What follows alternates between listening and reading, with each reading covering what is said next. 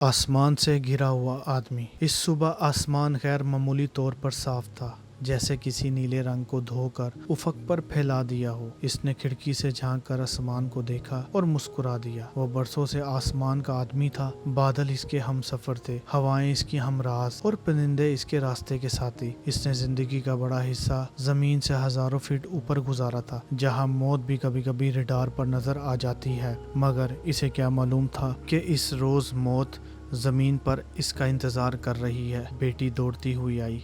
बाबा, आज देर नहीं करेंगे ना? इसने झुककर बेटी की पेशानी चूमी। नहीं मेरी शहजादी, आज शाम सिर्फ तुम्हारी है। बेटा अपने नन्हे हाथ में खिलौनों का एक इश्तिहार लिए खड़ा था। बाबा, यही जहाज चाहिए। बिल्कुल ऐसा ही। वो हंस दिया। जरूर आज वादा पूरा होगा। बीवी दरवाजे के पास खामोश खड़ी थी। बाज औरतें लफ्जों से नहीं, निगाहों से दुआएं देती हैं। इसने जाते हुए एक लम्हा पलट कर देखा। शायद इसे मालूम था कि मोहब्बत में आखिरी नज़र जैसी कोई चीज़ होती है, मगर ये मालूम नहीं था कि कौन सी नज़र आखिरी साबित होगी। दरवाज़ा बंद हुआ। घर के अंदर बच्चों की हंसी रह गई और बाहर एक ऐसा रास्ता शुरू हुआ जिसका इख्तिताम किसी नक्शे में दर्ज नहीं था। वो वर्दी सिर्फ तन पर नहीं पहनता था, इसकी रूह भी वर्दी पहने हुए थी। फ़र्ज इसकी आदत नहीं, इसकी फितरत था। वो इन लोगों में से था जो रास्ते में गिरी हुई चीज़ भी उठाकर किनारे रख देते हैं कि कहीं किसी का पाँव ज़ख्मी ना हो जाए। वो इन लोगों में से था जिन्हें अपनी जान से ज़्यादा दूसरों की इज़्ज़त अजीज़ होती है। शायद इसीलिए खुदा शहादत भी इन्हीं को अता करता है जिनके अंदर इंसान अभी ज़िंदा होता है। सड़क पर हजूम था, गाड़ियाँ थीं, धूप थी, गर्द थी, और इस हजूम के बीच एक खौफ खड़ा था। एक लड़की की आंखों में वो चाहता तो नज़रें चुरा लेता। आखिर हर रोज़ कितने लोग कितने हादसों के पास से गुजर जाते हैं। कितने लोग अपने ज़मीर को ये कहकर खामोश करा देते हैं, मुझे क्या। मगर इसकी तरबियत में मुझे क्या नाम का कोई जुमला शामिल ही नहीं था।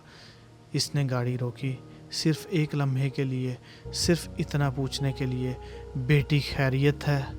शायद बाज़ सवाल ज़िंदगी बचा लेते हैं और बाज़ पूछने वाले की जान ले लेते हैं। फिर एक धमाका हुआ। नहीं, वो सिर्फ गोली की आवाज़ नहीं थी, वो एक घर के मुस्तकबिल के टूटने की आवाज़ थी। वो एक बेटी के वादे के बिखरने की आवाज़ थी। वो एक बेटे के ख्वाब के टूटने की आवाज़ थी। वो एक औरत की सारी उम्र के अचानक वीरान हो जाने की आवाज़ थी। जब वो ज़मीन पर गिरा तो आसमान शायद पहली बार इतना दूर महसूस हुआ।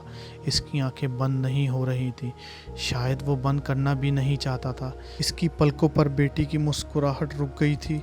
बेटे के नन्हे हाथ अब भी इसकी उंगली पकड़े हुए थे। बीवी के लबों की वो खामोश दुआ अब भी इसके गिर्द हसार बनी हुई थी। इसे गोली का दर्द कम महसूस हो रहा था, वादे का दर्द ज़्यादा था। वो सोच रहा था, शाम को दरवाज़ा कौन खोलेगा? बेटी किससे ज़िद करेगी? बेटा किससे कहेगा बाबा जहाज़?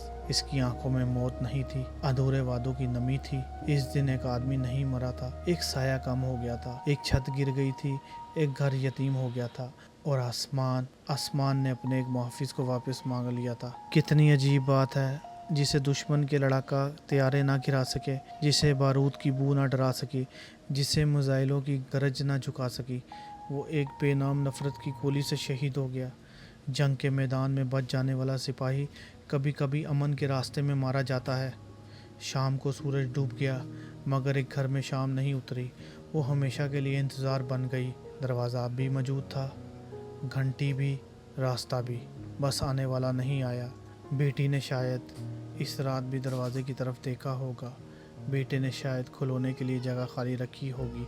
एक औरत ने शायद पहली बार महसूस किया होगा कि बाज़ वर्दियां घर वापस नहीं आती, वो सिर्फ कौमी परचम में लिपट कर लौटती हैं। वो आज भी चलती हैं, जहाज़ आज भी उड़ते हैं, बादल आज भी आसमान पर सफ़र करते हैं।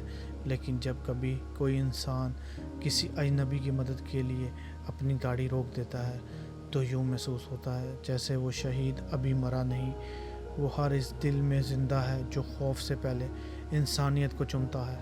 ख्वाजा जमशेद इमाम की वाल से, जो उन्होंने एक खूबसूरत तहरीर ग्रुप कैप्टन शहीद आसिम तारिक के लिए लिखी।